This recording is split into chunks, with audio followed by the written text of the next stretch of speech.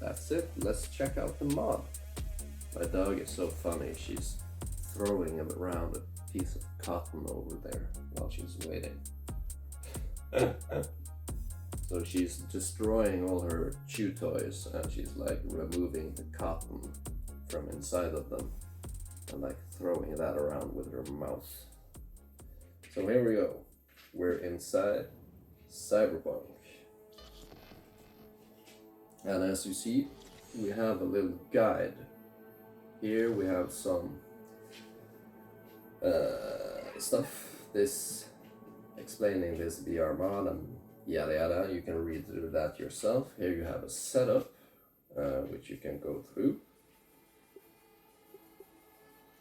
Oh yeah, oops, sorry. Here we go.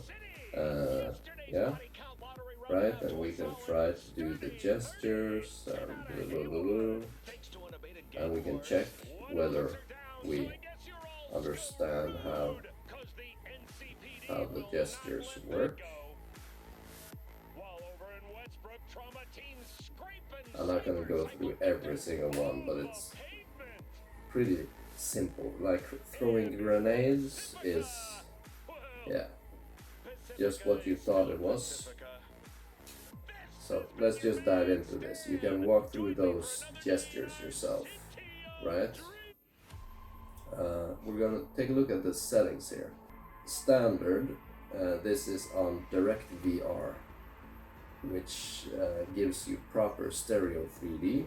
However, this, I got a high frame rate, but I never got it to feel smooth with my system. I haven't heard anyone else complain about this. The cool thing about VorpX is you can always change your 3D reconstruction. So I changed this to Z Adaptive, which is not stereo 3D, but it's not flat screen neither. It's kind of the 3D you get from old 3D monitors. So it gives you some 3D, but you still have some of the performance that you get on like a 2D screen. So that's the magic. And what's so cool about this mod is that there's so many immersive aspects to it that kind of forget about the 3D thing. And I really think this looks really pretty. So with this enabled, I was actually able to pump up the resolution. You can adjust the resolution for the game inside. I'm gonna turn down the volume a little bit here. It's a little bit intense. You can turn down the resolution for your game inside your VorpX settings.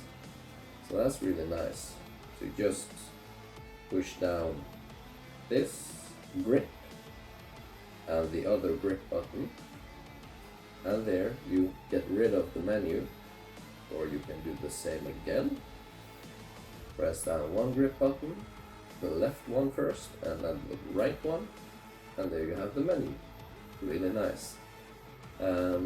So here I had to change the headset sync to favor as FPS.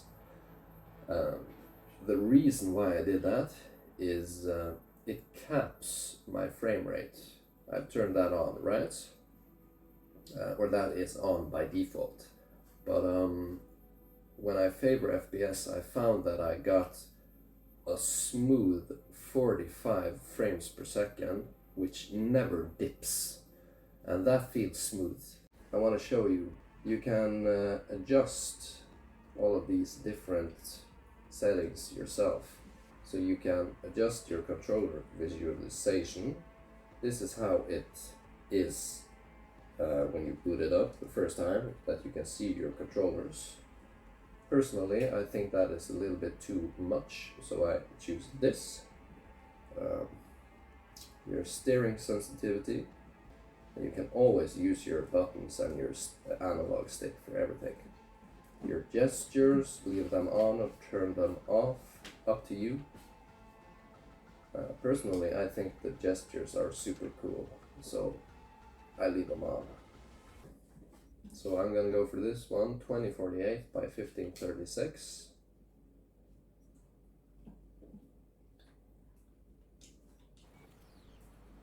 There we go, that looks more decent.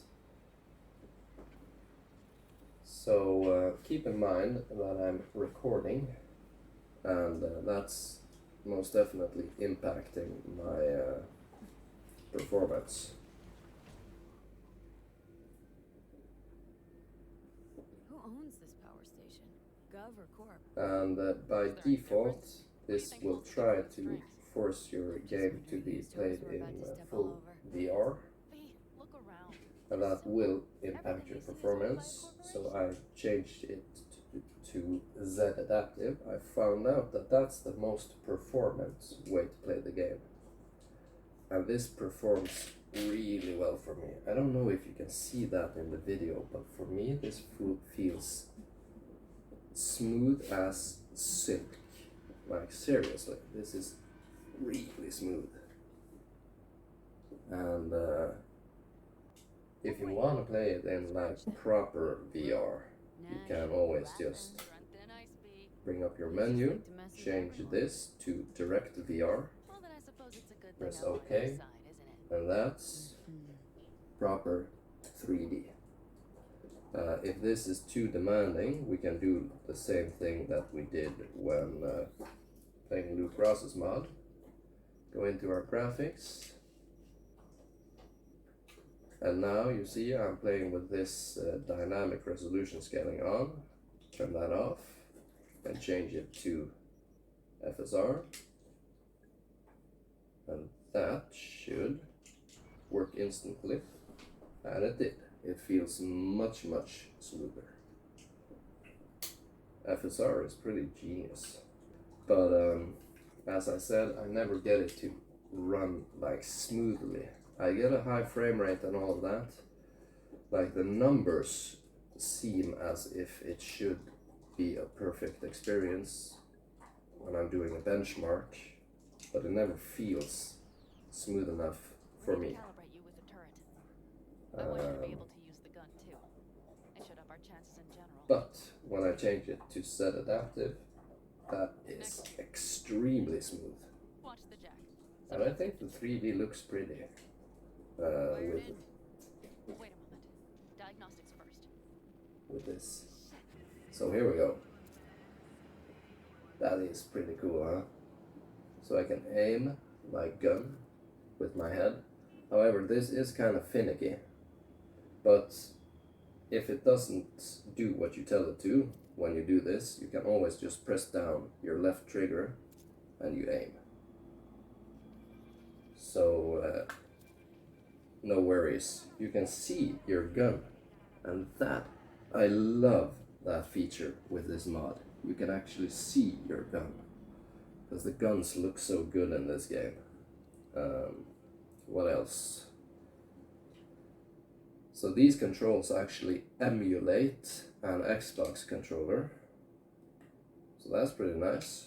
So here I have my Y button, and that's how I gain access to the weapons wheel. And you can see all of this while playing, because you see your buttons, right? Yeah, so here you see, now it doesn't respond all of a sudden when I'm trying to. But then I can just do like this, right? I can always just press down the trigger to make things happen. So I can stab with just moving my hands, right? And I can protect myself by making a little shield gesture. And here we go. Holding my gun.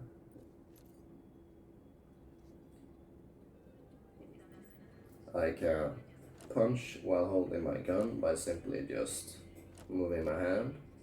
I can throw a grenade. Oh no, my bike. Shit. I didn't think about that. Yeah, thankfully just a scanning grenade. So let's go ride our bike. And there we go, you see that?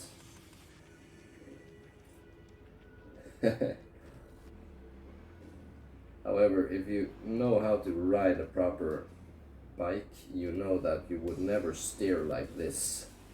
If you've ever ridden like a motorcycle, you know that that's not how you steer.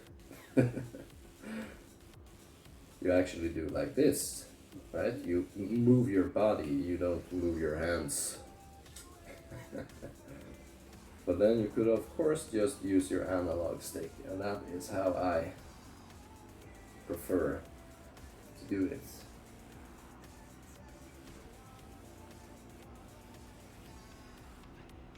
So with Z3D, I'm getting a really smooth experience.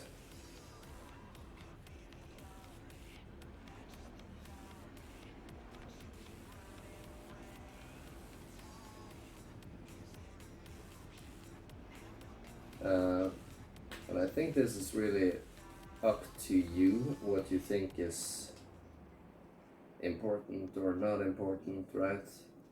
To me personally, I don't really care all that much if it's not stereo 3D, like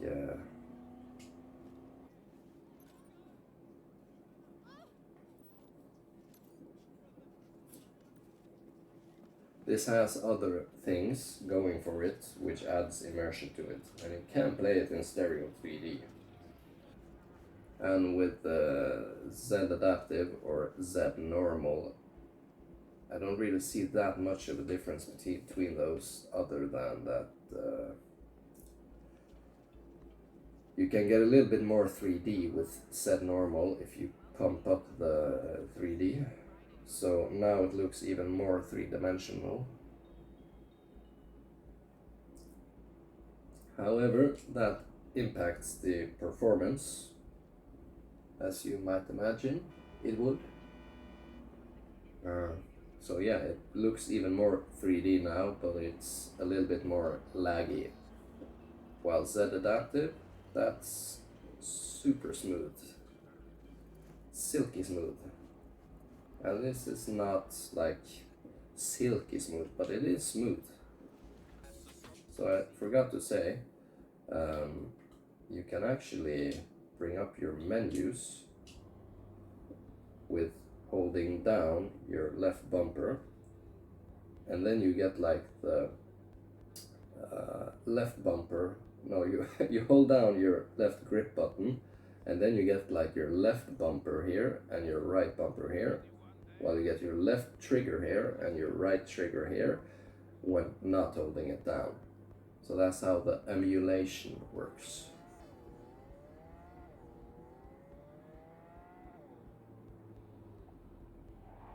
So yeah, folks, that's Cyberpunk running in VorpX. There you have it, folks. Cyberpunk 2077 running in VR with VorpX.